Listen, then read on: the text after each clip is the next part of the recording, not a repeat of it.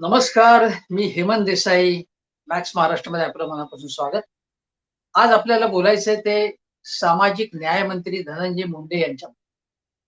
आपल्याला माहिती आहे, की 2 दिवस धनंजय मुंडे यांच्या विषयी व्यक्तिगत त्यांच्या जीवनाविषयी काही गोष्टी घडल्या आणि त्यानंतर म्हणजे सोशल मीडियामधनं या गोष्टी चर्चेला आल्या. त्यानंतर टेलिव्हिजनवरनं, वर्तमानपत्रातनं या विषयाची चर्चा सुरू.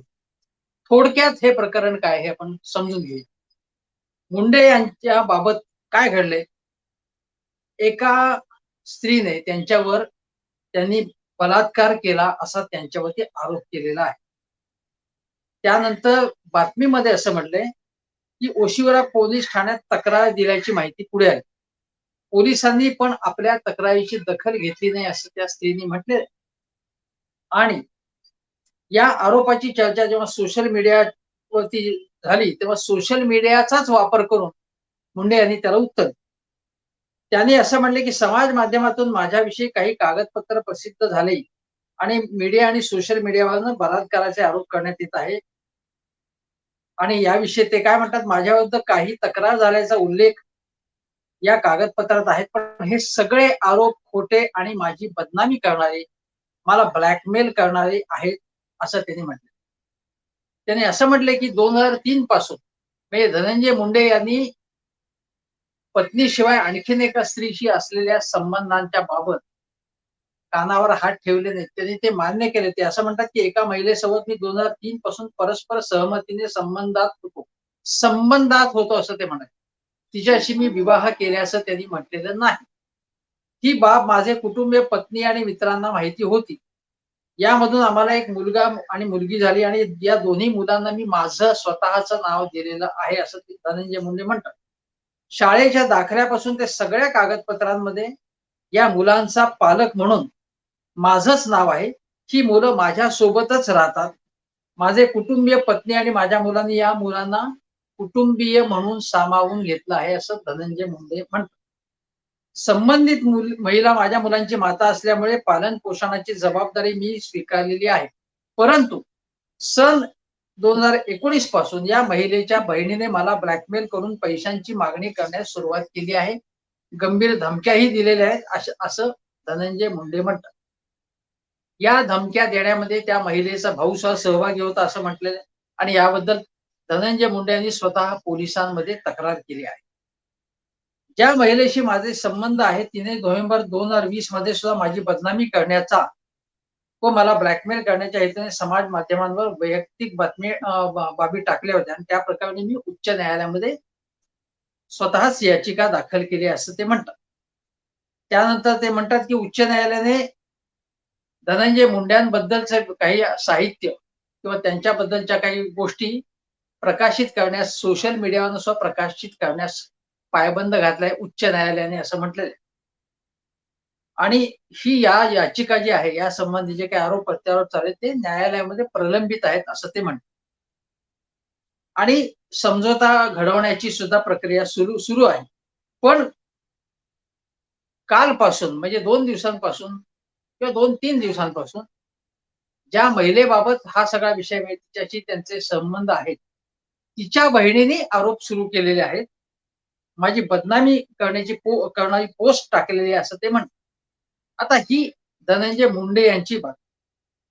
आता ती जी महिला आहे, त्या महिलेची म्हणजे बहीण, या महिलेशी धनंजय मुंडे यांचे संबंध आहेत. त्या महिलेची बहीण, ती काय म्हणते? तर 2006 पासून मला सातत्याने दहशतीखाली ठेवत माझ्यावर लैंगिक अत्याचार केलेले आहेत, असं ते म्हणत. मग असं ती म्हणते. माझ्या बहिणीशी धनंजय यांचा 1998 मध्ये प्रेमविवाह झाला होता, असं तिने म्हटलं बहिणी. ही काय म्हणते, की विवाह झाला होता. धनंजय मुंडे यांनी विवाह शब्द वापरला नाही, तर संबंध आहेत. त्यांच्याबरोबर सहमतीने संबंधात होतो असं म्हटली. मग यामधली कॉन्ट्राडिक्शन, विसंगती हा चौकशीचा भाग आहे. दोन व्यक्ती एकाच विषयासंबंधी वेगवेगळ्या गोष्टी आपल्यापुढे मांडतात. त्यांनी असं म्हटलंय, की 2006 मध्ये करुणा म्हणजे जी मुलगी किंवा जी स्त्री आरोप करत आहे, तिची बहीण करुणा, जिच्याशी धनंजय मुंडे यांचे संबंध होते. ती प्रसूतीनंतर इंदूरमध्ये असताना मी एकटी असल्याचे पाहून धनंजय मुंडे यांनी जबरदस्ती करून शरीर संबंध प्रस्थापित केले आणि त्याचं व्हिडिओ चित्रीकरण केलं वगैरे वगैरे, अत्याचार केले वगैरे त्या स्त्रीने आरोप केलेले आहेत. आणि सांगितलं असं आहे की बॉलिवूडमध्ये माझ्या अनेक ओळखी आहेत. आता ही जी महिला जी आरोप करते ती गायिका आहे. तिचं तिचं नाव रेणू आहे. म्हणजे करुणाची बहीण रेणू. करुणा जिचे धनंजय मुंडे यांच्याशी संबंध होते. त्या रेणूंनी हे जे काही आरोप केले, ती गायिका, तिला एस्टॅब्लिश व्हायचंय आणि माझी ही गरज लक्षात घेऊन धनंजय मुंडे यांनी माझ्या परिस्थितीचा, मला जे काही करायचंय त्यासाठी आम्ही दाखवून माझ्यावरती अत्याचार केले. एवढंच नव्हे, असा त्यांचा आरोप आहे. तर माझ्या आईला हा प्रकार कळल्यानंतर आईने पोलिसात तक्रार करणार असल्याचे सांगताच आईला सुद्धा शिवीगाळ केली. आमच्या कुटुंबात जीवे मारण्याची धमकी दिली. या मानसिक तणावाखाली येऊन माझ्या आईने आत्महत्या केली. असे गंभीर आरोप या स्त्रीने धनंजय मुंडे यांच्यावरती केले. आता मी इथेच सांगतो, हे सगळे आरोप आहेत आणि यामध्ये हे कुठेही याचा म्हणजे तपासाला काही गती मिळाली आहे, तपास झालेला नाही याचा. त्यामुळे हे सिद्ध व्हायचंय. एखादी व्यक्ती काहीही आरोप करेल, तेव्हा त्यापूर्वी मी इथेच सांगतो, की या आरोपांची शहानिशा व्हायची आहे आणि हे गंभीर आरोप आहेत आणि त्यामुळे याबाबत हे आरोप सत्य मानून थेटपणे काही गोष्टी सांगणं हे हे योग्य ठरणार नाही. धनंजय मुंडे यांची सुद्धा बाजू समजावून घ्यावी लागेल आणि धनंजय मुंडे यांनी या सर्व गोष्टींचा म्हणजे जे काही अत्याचाराचे असतील किंवा बाकीचे आरोप केले ते पूर्णपणे फेटाळून लावले स्पष्टपणे. एवढंच नव्हे तर त्यांनी सांगितलं की मी माझ्या पक्षातल्या वरिष्ठांना, माझ्या कुटुंबियांना या सगळ्या गोष्टीची कल्पना दिलेली आहे, असं त्यांनी म्हटलेलं आहे. आता एक गोष्ट अशी आहे की धनंजय मुंडेही न्यायालयात गेलेले आहेत. त्या महिलेला सुद्धा पोलिसांमध्ये तक्रार करायची वगैरे वगैरे वगैरे. आता हे प्रकरण या मी या प्रकरणाची बेसिक माहिती. आज जयंत पाटील जे काही काळ पूर्वीच्या सरकारामध्ये, लोकशाही आघाडी सरकारमध्ये गृहमंत्री सुद्धा होते. अत्यंत जबाबदार, अत्यंत सभ्य, सुसंस्कृत असा हा नेता आहे. आणि त्यांनी असं म्हटलंय, की या प्रकरणाची चौकशी व्हायची आहे, पण आम्ही पक्षांतर्गत पातळीवरती त्याचीच काय ते चौकशी करू, त्याची माहिती घेऊ. सायमल्टेनियसली पोलिसांमध्ये जर प्रकरण गेलं असेल तर पोलीस किंवा गृह खाते चौकशी करेल आणि त्यानंतरच आम्ही निष्कर्षाप्रती त्याच्या अगोदर त्यांनी सूचित केलं आहे की त्याच्या अगोदर गडबडीने धनंजय मुंडे यांच्यावरची कारवाई केली जाणार नाही. आता स्वतः शरद पवार यांना सुद्धा धनंजय मुंडे यांनी या गोष्टीची माहिती दिली असल्याचं पुढे आलेलं आहे. आणि आता या प्रकरणाला कसे वळण लागतं ते बघण्यापूर्वी एक लक्षात घेतलं पाहिजे की ताबडतोब धनंजय मुंडे यांच्या राजीनाम्याची मागणी प्रदेशाध्यक्ष चंद्रकांत दादा पाटील यांनी केली. किरीट सोमय्या यांनी तर मागणी केलीच, ती तशा प्रकारची मागणी केलीच. काही विरोधातले नेते तर म्हणतील की त्यांना ताबडतोब त्यांना मंत्रिमंडळात बडतर्फ करा वगैरे वगैरे. हे होणार, याचं राजकारण आता होणार, सुरूही झालेलं आहे. पण देवेंद्र फडणवीस आणि धनंजय मुंडे यांची दोस्ती आहे, मशहूर आहे दोस्ती. तशी विलासराव देशमुख आणि गोपीनाथराव मुंडे यांची दोस्ती होती, त्याचप्रमाणे या दोघांची मैत्री. स्वतः देवेंद्र फडणवीस यांनी अशा प्रकारचं कुठलंही वक्तव्य केलं, ते असं म्हणाले की याची चौकशी झाली पाहिजे, काही चौकशीतनं पुढे येईल, त्यानंतर आम्ही कशा प्रकारे याच्यावरती रिॲक्ट होऊ, कशा प्रकारे आंदोलन करू ते ठरवू. सौम्य प्रतिक्रिया देवेंद्र फडणवीस यांनी व्यक्त केलेली आहे. आणि त्यामुळे या प्रश्नाचं जे काही राजकारण कशा प्रकारे होणार आहे हे आपल्याला बघावं लागेल. त्याच वेळी नवाब मलिक यांचे जे जावई आहेत त्यांना एनसीबीने त्यांना अटक केलेली आहे ड्रग्सच्या प्रकरणामध्ये. आणि नवाब मलिक यांनी सांगितलेलं आहे की जे काही कायद्याप्रमाणे होईल ते होईल. थोडक्यामध्ये मी याच्यामध्ये कुठल्याही प्रकारचा हस्तक्षेप करणार नाही असं त्यांनी सूचित केलेलं आहे. परंतु जे काही असेल ते असेल, गेल्या 2-4 दिवसामध्ये राष्ट्रवादी काँग्रेसची प्रतिमा आणि पर्यायाने महाविकास आघाडी सरकारची प्रतिमा याच्यामुळे डागाळली आहे. हे तर ही पहिली गोष्ट आपण मान्य केली. आता याच्यानंतर आपण लक्षात घेऊ की एखादा राजकीय नेता जेव्हा त्याचं वैयक्तिक जीवन त्याचं असतं प्रत्येकाचं, आणि आज जे धनंजय मुंडे यांच्यावरती आरोप होत आहेत हे धनंजय मुंडे यांच्या काकांवरती म्हणजे गोपीनाथ मुंडे यांच्यावरती सुद्धा आरोप झाले होते हे आपल्याला माहिती. तेव्हा अण्णा हजारे यांनी त्यांच्यावरती आरोप केले होते. त्यांच्यावरती काही कारवाई व्हायला पाहिजे असं म्हटलेलं होतं. आणि त्यावेळी बाळासाहेब ठाकरे जे म्हणाले होते की प्यार किया तो डरना क्या. त्यांनी स्पष्टपणे असं म्हटलं होतं की प्यार किया तो डरना क्या, की घाबरायचं काय कारण नाही, अशा गोष्टी होत असतात. आता या सगळ्या याच्यातलं हे सगळे आपण याचे कंगोरे तपासण्याचं काम यानंतर महत्वाची गोष्ट आहे. या सगळ्या गोष्टी झाल्या, त्यापैकी अनेक गोष्टी पुढे आलेल्या आहेत. पण आपण हे लक्षात घेतलं पाहिजे, की कुठलाही नेता जेव्हा सार्वजनिक जीवनामध्ये वावरतो, तेव्हा त्याच्या वैयक्तिक जीवनाची सुद्धा चिरफाड होत असते. आणि म्हणून त्यांनी सावधगिरीने वागलं पाहिजे. आपण जर जुन्या पिढीतील लोक बघितले, म्हणजे आपल्या महाराष्ट्रातले बघितले, अगदी कॉम्रेड डांगे असतील, एस एन जोशी असतील, नानासाहेब गोरे असतील, रामभाऊ म्हाळगी असतील, भाजपचे सुद्धा राम कापसे असतील, रामभाऊ नाईक असतील, वेगवेगळ्या पक्षांचे जे नेतेगण होते, त्या लोकांच्या चारित्र्य म्हणजे आपण चारित्र्याची आता अ, चारित्र्यासंबंधी चर्चा करायची तर खूप सखोल विषय आहे. चारित्र्य कशाला म्हणायचं, त्याची व्याख्या काय, हाही तपासायचा भाग आहे. पण ज्याला साधारणतः एका अर्थाने आपण चारित्र्य म्हणतो, त्यांच्या व्यक्तिगत जीवनाबद्दल अशा कुठल्याही गोष्टी घडल्या नाहीत, चर्चा झाली नाही. पृथ्वीराज चव्हाण अलीकडचं उदाहरण आहे. आणि त्याबद्दल काहीही बोललं गेलं नाही. ही अतिशय चांगली ही गोष्ट आपण मानली पाहिजे. परंतु पूर्वीच्या काळात पंडित जवाहरलाल नेहरू आणि लेडी माउंटबॅटन यांच्याबद्दल बऱ्याच गोष्टी बोलल्या गेल्या. परंतु माउंटबॅटन यांच्या कन्येने जे पुस्तक लिहिलेलं आहे, ते उपलब्ध आहे. नेहरू यांच्या व्यक्तिगत जीवनाबद्दल काही बोलून चिखलफेक करण्याचे प्रयत्न अनेकांनी केले. पण त्यांच्या मुलींनी सांगितलं, की त्यांच्यामध्ये एक भावनिक नातं होतं, एक चांगल्या प्रकारचं प्रेमाचं नातं होतं. परंतु कुठेही शारीरिक संबंध त्यांच्यामध्ये आले नाहीत, असं त्यांनी स्पष्टपणे नमूद केलेलं आहे. हे पंडित जवाहरलाल नेहरू. अनेक व्यक्तींबद्दल अशा गोष्टी घडतात. अगदी अलीकडची काही वर्षांपूर्वीची आपण गोष्ट बघितली, तर नारायण दत्त तिवारी त्यांचं आता निधन झालंय. ते उत्तर प्रदेशचे मुख्यमंत्री, केंद्रीय मंत्रिमंडळात अनेक महत्वाची खाती त्यांनी भूषवली. त्या नारायण दत्त तिवारी यांचे एका स्त्रीशी संबंध आले. ते त्यांनी लपवून ठेवले. त्याबद्दल कुठेही वाच्यता केली नाही. त्यानंतर त्या स्त्रीने त्याची वाच्यता केली. त्यांचा मुलगाही पुढे आला आणि त्यांनी सांगितलं, की मी तर तो मुलगा म्हणाला, मी तर त्यांचं अपत्य आहे.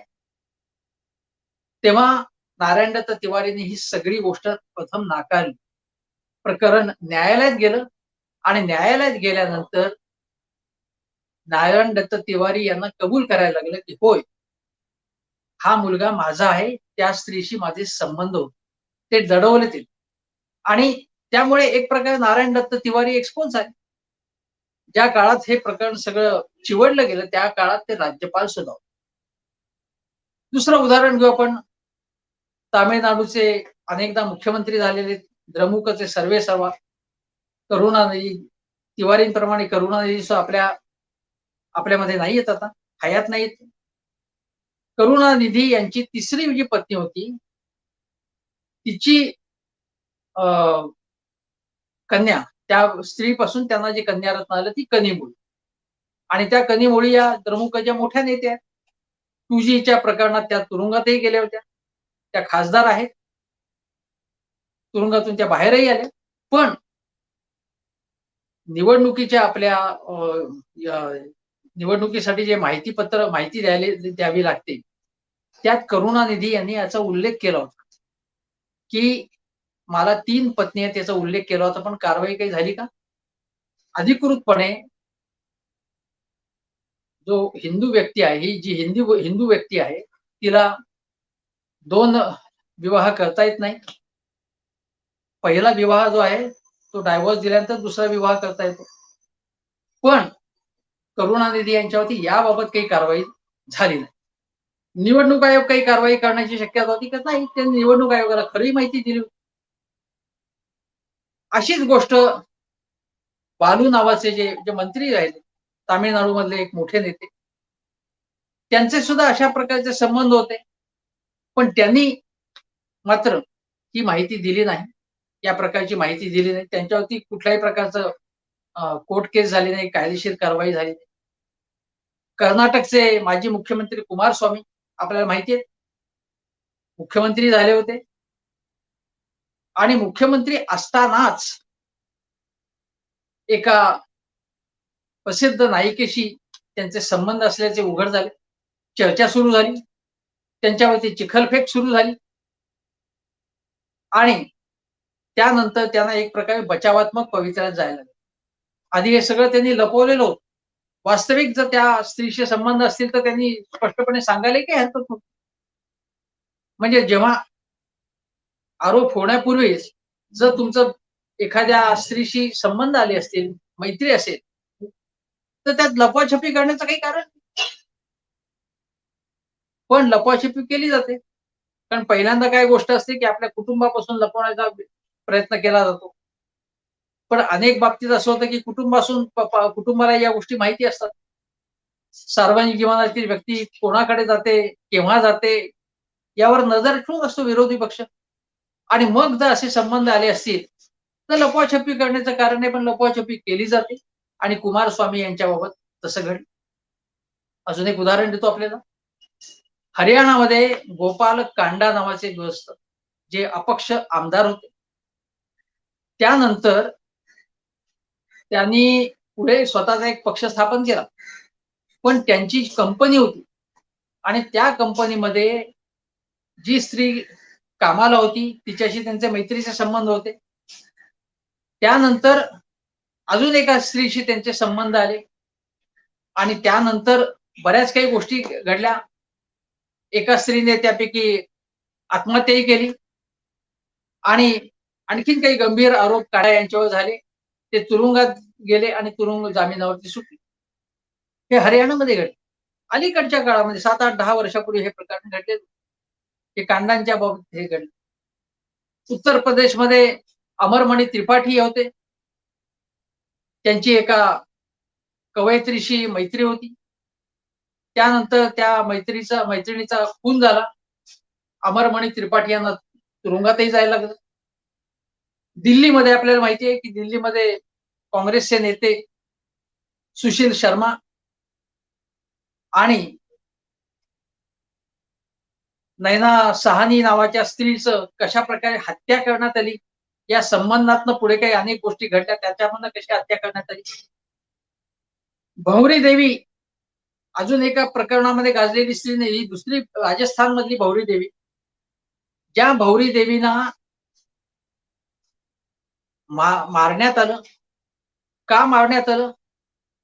तर ती अनेक राजकीय नेत्यांच्याशी तिचे संबंध प्रस्थापित झाले आणि संबंध प्रस्थापित झाल्यानंतर त्याचा गैरफायदा उठवण्याचा काही लोकांनी प्रयत्न केला. मग त्याचा या स्त्रीने सुद्धा फायदा उठवून ब्लॅकमेलिंगचा प्रयत्न केला. पहिल्यांदा त्यांनी हे सगळं मुख्यतः काँग्रेसमधले नेते होते. काही वर्षांपूर्वीची गोष्ट आहे. तिनेही सांगितलं, की मग मला तिकीट द्या तुम्ही. तिकीट नाही मिळतंय. त्यानंतर मग सांगितलं सोन्या-नाण्याची मागणी केली, जमिनीची मागणी केली किंवा माझी जी मुलगी आहे, म्हणजे ती स्त्री विवाहित होती. माझी जी मुलगी आहे, तिचं अनेक वर्षांनी जेव्हा विवाह होईल, तेव्हा जो काही हुंडा असेल किंवा जे काही खर्च असेल, तो तुम्ही द्या अशी मागणी केली. या मागण्या मान्य होत नाही असं म्हटल्यावरती तिने सांगितलं, की मी सीडी बाहेर काढेन आणि तुमचं सगळं जे काही सगळं जे काही तुमचं व्यक्तिगत जीवन आहे, तुम्ही काय केलंय आतापर्यंत, माझ्याशी कशा प्रकारचा व्यवहार केला, माझ्याशी कसे संबंध ठेवले हे बाहेर आहे. ते सगळं त्या स्त्रीनी सांगितलं. तिला मारण्यात आलं. काय केलं? तिला ठार मारण्यात आलं. गौरी देवी. राजकीय नेत्यांचे हे जे काही संबंध आहेत, हे जे काही व्यवहार आहेत, त्याच्यामध्ये अनेक गोष्टी घडतात. म्हणजे आपल्याला माहिती आहे, की प्रोफ्युमोन प्रकरण ज्याच्यामध्ये एका स्त्रीने त्यांच्याशी संबंध ठेवला. ब्रिटनचे मंत्री होते, गृह खात्याचे मंत्री होते. एका स्त्रीने त्यांच्याशी संबंध ठेवला, माहिती घेण्याचा प्रयत्न केला आणि मग त्याच्यातनं त्या प्रोफेसरना राजीनामा द्यावा. अशा गोष्टी ज्या आहेत तेव्हा राजकीय नेत्यांनी व्यक्तिगत जीवन त्याचं व्यक्तिगत आहे. ते व्यक्तिगत जीवन त्यामध्ये वागताना, चार चौघात वागताना, खाजगीमध्ये वागताना. आता मला माहिती आहे की एक गिरीश बापट यांनी सुद्धा मध्यंतरी पुण्यामध्ये एका कार्यक्रमात कशा प्रकारचं वक्तव्य केलं, त्यामुळे टीका झाली त्यांच्यावर. महाराष्ट्रामध्ये काँग्रेसचे एक प्रदेशाध्यक्ष होते आणि काँग्रेसचे एक मुख्यमंत्री होते. त्या दोघांचे संबंध चांगले नव्हते. प्रदेशाध्यक्ष वारंवार मुख्यमंत्र्यांच्या विरुद्ध तक्रारी करायचे दिल्लीमध्ये.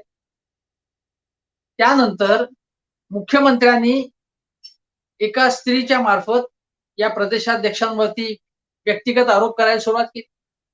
पत्रकार परिषद घेऊन व्यक्तिगत आरोप करण्यात आले. त्या प्रदेशाध्यक्षांनी मुख्यमंत्र्यांवरती काही आरोप केले. त्यामुळे काय झालं? पुढे काही झालं नाही त्याचं. पण ते आरोप जे होते, त्या आरोपात काही तथ्य नसल्याचं पुढे समोर आलं किंवा सिद्ध होऊ शकलं नाही काही. पण पक्षाची मात्र बदनामी झाली. काँग्रेसची त्या काळात बदनामी झाली. राष्ट्रवादी काँग्रेसची आता यामध्ये यांची प्रतिमा खराब होणारच आहे ना याच्यामध्ये. त्यामुळे धनंजय मुंडे यांच्याबाबत आपल्याला दोन पद्धतीने आपल्याला विचार करावा लागेल. एक तर यामध्ये काही गोष्टी मगाशी मी ज्या विसंगती दाखवल्या की त्या स्त्रीशी लग्न केलं होतं की नाही. धनंजय मुंडे म्हणतात की केलं नाही. त्यापैकी दोन पैकी एक स्त्री म्हणते की केलं लग्न.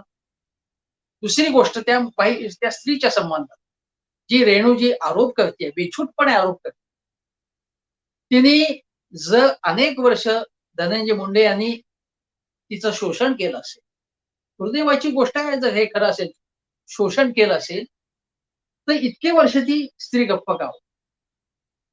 त्याबद्दल ती का बोलली नाही? जर त्यांनी तिला आमिष दाखवलं असेल, बॉलिवूडचं असेल, कसले आमिष दाखवलं असेल, आमिष दाखवून अत्याचार करत असेल, तर या स्त्रीने त्याबद्दल कुठे बोभाटा का नाही केला? आणि ती त्यांच्यापाशी पुन्हा पुन्हा संबंधात का राहिली? हा प्रश्न आहे ना. हा प्रश्न विचारायचा का विचारायला नको? आणि जर ही स्त्री हे अशा प्रकारचं ब्लॅकमेलिंग करते आहे, तर धनंजय मुंडे यांनी यांच्या एका मोठा प्रबळ नेता आणि मंत्री त्यांनी पत्रकार परिषद घेऊन सांगायचं काय जे असेल ते, की माझ्यावरती असे मला ब्लॅकमेलिंग करण्याचा प्रयत्न केला जातोय किंवा गृह खाता राष्ट्रवादीकडे आहे. त्यासंबंधी ताबडतोब हे ब्लॅकमेलिंग जर होत असेल, तर ताबडतोब त्या स्त्री विरुद्ध कारवाई करण्यासाठी त्यांनी आग्रह धरायला पाहिजे होता. ते का नाही घडलं? हाही प्रश्न आहे. म्हणजे दोन्ही बाजूनी ज्या गोष्टी आहेत, त्या आपल्याला त्या विचारात घ्यायला. आता भाजपचे नेते म्हणतात, की राजीनामा द्या, राजीनामा द्या. मग हे राजीनामा त्यांनी द्यायचा असेल, तर त्याप्रमाणे कुलदीप सेंगर असतील उत्तर प्रदेशमध्ये, त्यांना शिक्षा झाली आता. त्यांच्यावरती बलात्काराचा आरोप होता. चिन्मयानंद त्यांनाही तुरुंगात जावं लागलं. त्यांच्यावर जसं अशाच प्रकारचे आरोप होते. त्यावेळी असं आहे, की आपल्या पक्षाच्या नेत्यांवर आरोप झाले, की काही बोलायचं नाही. दुसऱ्या पक्षाच्या नेत्यांवर झाले, की लगेच बोलायचं. हे केवळ भाजप करतो असं म्हणणं नाही. राष्ट्रवादी काँग्रेसला तसंच करतो. त्यावेळी राष्ट्रवादी काँग्रेस असेल, काँग्रेसचे नेते जोरजोराने बोलत होते यासंबंधी. कुलदीप सेंगर असेल, चिन्मयानंद असेल. मग तुम्ही जेव्हा अशा प्रकारच्या गोष्टी करत होता, तर तुम्हाला सुद्धा अशा प्रकारच्या गोष्टींना तोंड द्यावं लागेल. राष्ट्रवादी काँग्रेसच्या, युवक काँग्रेसचे अध्यक्ष जे आहेत, त्यांच्यावरही दिवसा असा आरोप झाला. आरोप झाल्यानंतर औरंगाबादमध्ये आणि अन्य काही ठिकाणी आंदोलन झालं. त्यामध्ये भाजपचे नेते पुढे होते. मग तो आरोप झालाय त्यापैकी त्याच्यापुढे आरोपच झाला नुसता. लगेच त्यांनी ताबडतोब कारवाई करावी, लगेच राजीनामा द्यावा, लगेच त्यांना हाकलून द्यावं, अशी मागणी करणारे लोक आपल्या पक्षाच्या वेळी मात्र गप्प असतात. त्यामुळे या गोष्टीचा जरा सारासार बुद्धीने आपण नीट तटस्थपणे विचार केला. आता निवडणूक आयोगासमोर जी माहिती द्यायला लागते ती खरी माहिती द्यायला. ती माहिती देताना धनंजय मुंडे यांनी आपल्या मुलांचा या स्त्रीपासून झालेल्या मुलांचा उल्लेख जो मीडियासमोर केला तो तिथे केलेला नव्हता. मग ही गोष्ट चुकीची गोष्ट आहे. ही गोष्ट जर चूक असेल तर त्यासंबंधी निवडणूक आयोगाकडे आता तक्रार किरीट सोमय्या यांनी केलेली आहे. पण निवडणूक आयोग यासंबंधी कारवाई करेल का? काही सांगता येणार नाही. कारण यापूर्वी अशा प्रकारची कोणाविरुद्धही कारवाई झाल्याचं माहिती नाही. दुसरी गोष्ट म्हणजे आपल्या पहिल्या पत्नीपासून झालेली अपत्य, दुसऱ्या पत्नीपासून झालेली अपत्य 2 किंवा 3च मुलं पाहिजेत असा आग्रह झाला जातो. त्यापेक्षा ते जास्त मुलं असतील, काही ठिकाणी म्हणजे भारतात काही राज्यांमध्ये सरकारी कर्मचाऱ्यांना अशा कुटुंब नियोजनाबाबत काही नियम आहेत की नाही तर तसे जर असले कुटुंब नियोजन तुम्ही केलं नाही, जास्त मुलं असतील तर तुम्हाला अमुक गोष्टी मिळणार नाहीत. अशा प्रकारच्या गोष्टी करण्याची तरतूद त्या कायद्यात आहे. महाराष्ट्रात अशा प्रकारचा नेमका कायदा काय आहे ते मला माहिती नाही. परंतु एखादा मंत्री,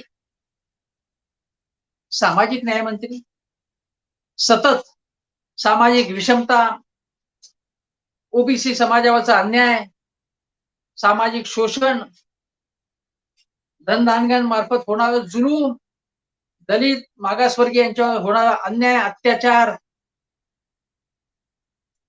आर्थिक आणि सामाजिक विषमता, शाहू, फुले, आंबेडकर या गोष्टी सातत्याने करत असेल तर त्यांनी निदान आपलं कुटुंब लहान ठेवलं पाहिजे किंवा आपल्याला अपत्य जास्त होऊन देता कामा नये हे तरी बघितलं पाहिजे.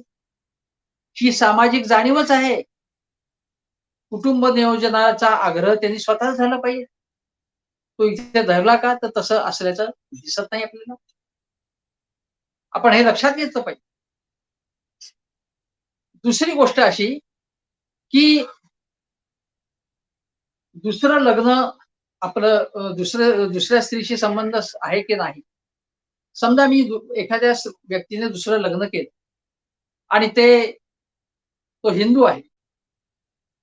आता धर्मेंद्र आणि हेमा मालिनी यांचं तो उदाहरण समोर आहे. धर्मेंद्रने मुस्लिम धर्म स्वीकारला असं सांगण्यात येतं आणि त्यामुळे 2 पत्नी आहेत त्यांना. एक पहिली पत्नी प्रकाश आणि दुसरी हेमा मालिनी आणि हे सगळ्या लोकांसमोर आहे. त्यांनी त्यासाठी धर्म बदल जे धर्म न बदलता असे संबंध ठेवतात. ती दुसरी असेल ती मैत्रीण असं म्हणू शकतात किंवा लिव्ह इन रिलेशनशिप असं म्हणू शकतात.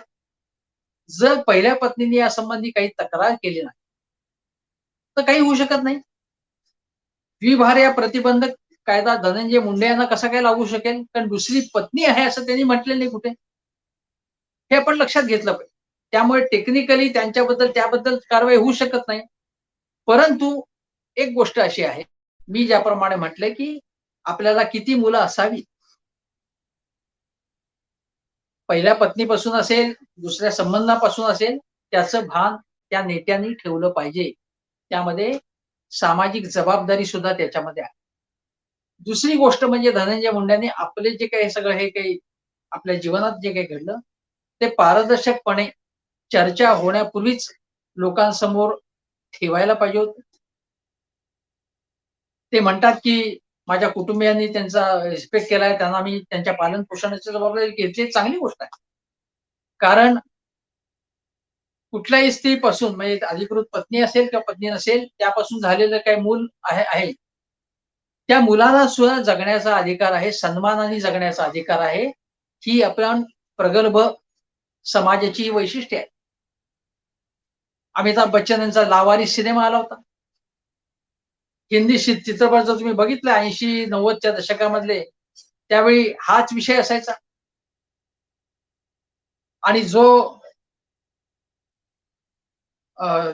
ज्या पुरुषापासून अपत्य झाले असेल, तो पुरुष जर मानत नसेल, तर तो पुरुष आपण त्रिशूल या सिनेमात सुद्धा बघतो आणि ती स्त्री यांच्या संबंधातून निर्माण झालेल्या अपत्याला समाज स्वीकारत नाही. समाज त्यांना तुच्छ लेखतो. वास्तविक त्यांना तुच्छ लेखण्याची बिलकुल गरज नाही. त्या मुलाची काय चूक आहे? त्या मुलीची काय चूक आहे? लहान मूल किंवा मुलगी असेल त्यांची काय चूक आहे? तर त्यांना सन्मानाने जगण्याचा अधिकार आहे. हेही आपण मान्य केलं पाहिजे. परंतु सार्वजनिक जीवनामध्ये वावरताना या सगळ्या गोष्टींची माहिती आपल्या आपल्या जीवनाची माहिती पारदर्शकपणे लोकांसमोर ठेवणं हे अतिशय आवश्यक आहे. दुसरी गोष्ट म्हणजे निवडणूक आयोगासमोर माहिती न ठेवणं ही गोष्ट जी आहे ती धनंजय मुंडे यांच्याबाबत घडलेली नाही असंही आपण लक्षात घेतलं पाहिजे. आणि मला काही उदाहरणं तुम्हाला सांगायची. त्याच्यापैकी एक उदाहरण मी या सगळ्या ह्याच्यामध्ये सांगितलं, की याला अजून एक कंगोरा आहे. अजून एक विषयाला स्पर्श करायचा यासमोर. काही वर्षांपूर्वी मी टू मूव्हमेंट आली होती, की अनेक वर्षांपूर्वी एखाद्या स्त्रीवरती अत्याचार झालाय. आपण असं म्हणतो, की त्याच वेळी मी मगाशी म्हटलं, की त्याच वेळी या स्त्रीने पुढे येऊन सांगायला पाहिजे. पण ते त्यावेळी पुढे येऊन सांगितलं नाही आणि अनेक वर्षांनी सांगितलं. ठीक आहे, त्यावेळी काही दडपण असेल, दबाव असेल, अनेक वर्षांनी सांगितलं तरी त्याची चौकशी व्हायला पाहिजे.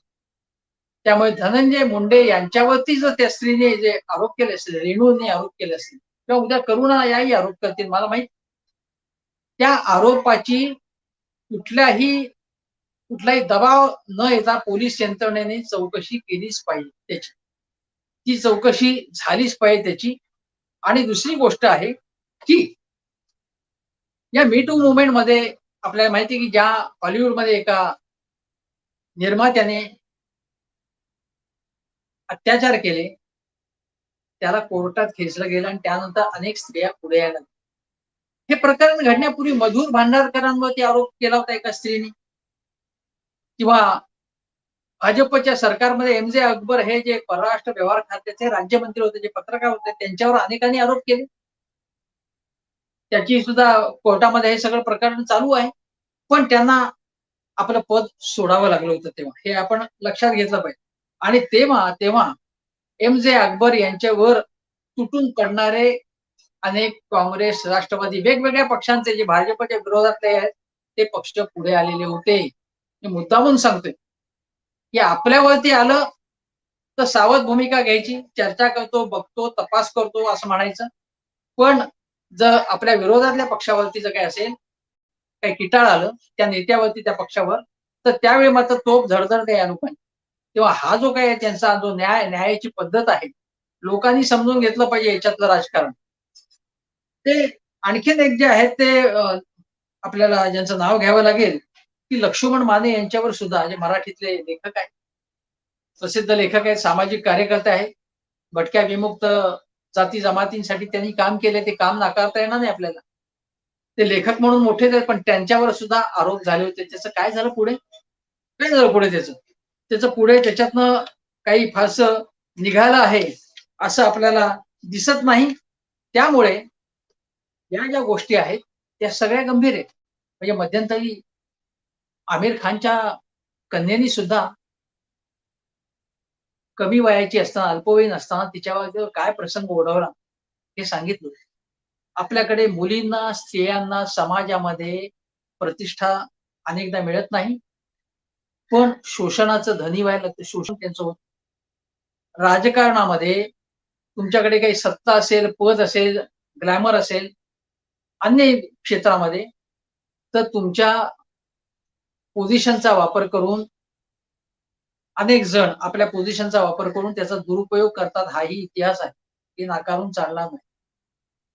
हा सगळा आपण पर्स्पेक्टिव्ह हे सगळं लक्षात घेतलं पाहिजे, की धनंजय मुंडे यांच्याबाबत विचार करताना. त्यामुळे माझ्या मते आता या धनंजय मुंडे यांचं काय करायचं? मी असं म्हणेन, की त्यांनी अशी भूमिका घेतली पाहिजे. बघा कुठेही आता यापुढे काही दिवस ते कुठेही जाताना, इकडे-तिकडे येताना ते दबावाखाली असतील. त्यांना नाना प्रश्नांना उत्तरं द्यावी लागेल. त्यांचा चेहरा गंभीर असेल. त्यांचं हास्य हरवून गेले कुठेतरी. केव्हापासून हरवून गेले? तर गेल्या एक सव्वा वर्षापूर्वी जेव्हा सत्तांतराचा खेळ चालू होता, तेव्हा धनंजय मुंडे काही दिवस गायब होते. ते प्रकट झाले. तेव्हा सुद्धा त्याबद्दल त्यांनी काही बोलले नाही. ते कुठे होते? का ते काय गायब होते? आणि एकदम प्रकट कसे झाले? त्यामागचं रहस्य काय? हा वेगळा विषय. त्याचप्रमाणे आता त्यांना अनेक प्रश्नांना तोंड द्यावं लागेल. त्यामुळे धनंजय मुंडे यांनी जे काही कोर्टात प्रकरण दाखल केलेलं आहे, पोलिसांना सुद्धा यासंबंधी दुसरीकडे त्या मुलीची तक्रार लक्ष घेऊन, रेणूची तक्रार घेऊन पोलिसांना तपास करायला पाहिजे आणि तो तपास होईपर्यंत आणि शिवाय निवडणूक आयोगामध्ये परिपूर्ण माहिती न दिल्याबद्दल धनंजय मुंडे यांनी नैतिकता म्हणजे कसली? राजकारणात नैतिकता म्हणजे मी स्त्री-पुरुष संबंधातली काही म्हणत नाही नैतिकता. मी असं म्हणतोय, की सचोटीने आपण सगळा व्यवहार केला पाहिजे. सचोटीने म्हणजे सत्याने आपण सगळं सांगितलं पाहिजे, पुढे ठेवलं पाहिजे. पारदर्शक व्यवहार पाहिजे. पारदर्शकपणे तुम्ही निवडणूक आयोगापुढे माहिती दिली नाही. या मुलीच्या काही तक्रारी आहेत, कोर्टात काही प्रकरण आहेत. तेव्हा आपणच या सगळ्या गोष्टीचा विचार करून पुढे तपास होऊन त्याचा निष्कर्ष जाहीर होईपर्यंत तुम्ही राजीनामा दिला पाहिजे. ज्या पद्धतीने जॉर्ज फर्नांडिस यांनी तहलका प्रकरणात राजीनामा दिला, राजीनामा द्यावा लागला. त्यांनी पैसे खाल्ले होते असं कुठे सिद्ध झालं नव्हतं, पण ताशेरे मारण्यात आले. ती चौकशी पूर्ण व्हायच्या आणि निष्कर्ष येईच्या आजच भाजप सरकारने त्यांना परत पदावर घेतला, भाग वेगळा. असेच आरोप मी तुम्हाला परत सांगतो, देवेंद्र फडणवीस यांच्या सरकारमध्ये असताना सदाभाऊ खोत यांच्यावर झाले होते.